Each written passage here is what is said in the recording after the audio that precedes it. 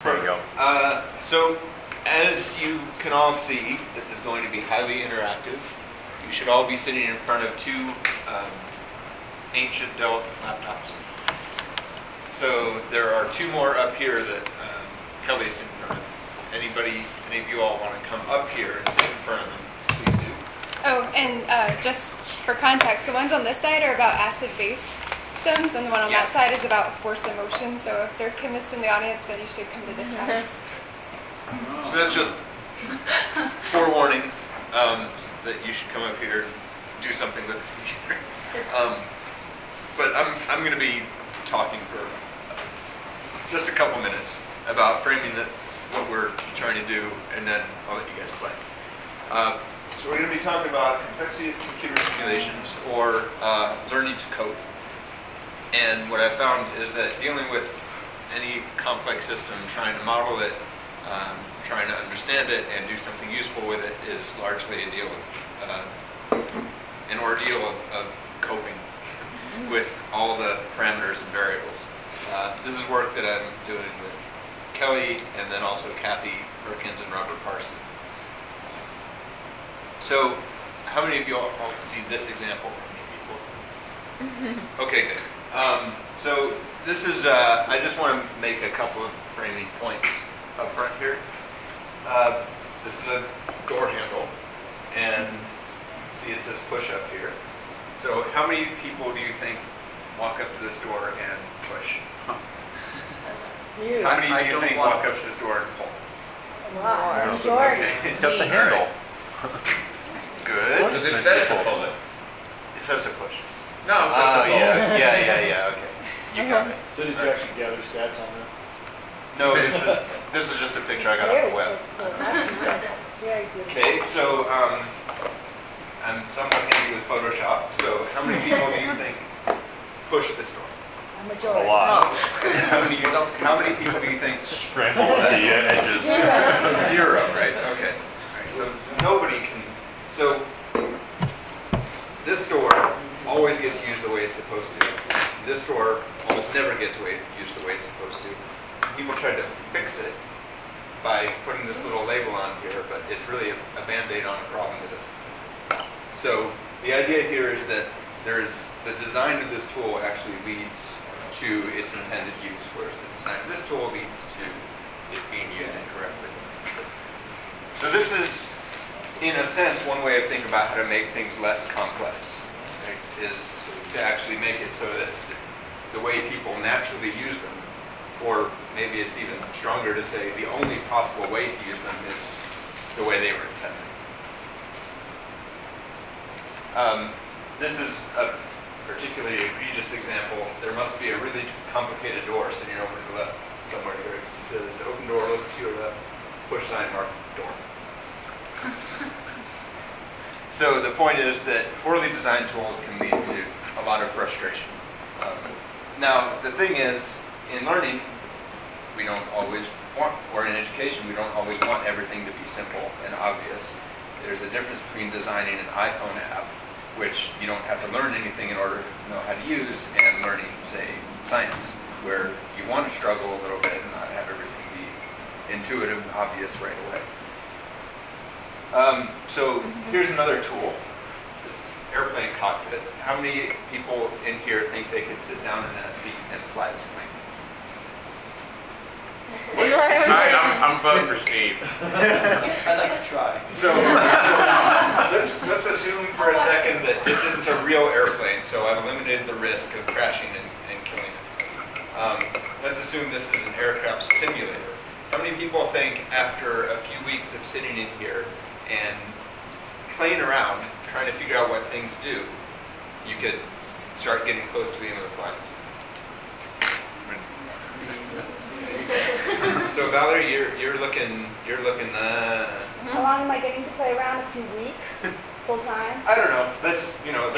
I think I could learn enough to get up in the air and crash the gun. Yeah, pretty much. Let's say an hour per control. Yeah. And there's 500 controls. It's a rough week. So let me ask you, what makes you think that you could actually start understanding what all these things There's lots of What's that? Lots of pilots do. Because lots of pilots, yeah, but they go through years and years and years of training, right? But they were We need using to it gather basically multiple the same thing. experiences and Uh-huh. intuitive kind of responses to Uh-huh. the tools that are designed somewhat intuitively. And I downloaded a flight simulator on my Mac. And it had about 50 controls on it. It was really complicated, and Yeah. I played around with it for a couple hours, and I could take off and fly around. So, Yeah. so that led me to suspect that real aircraft are probably they're not an order of magnitude more complicated. Right. So, The consequences are.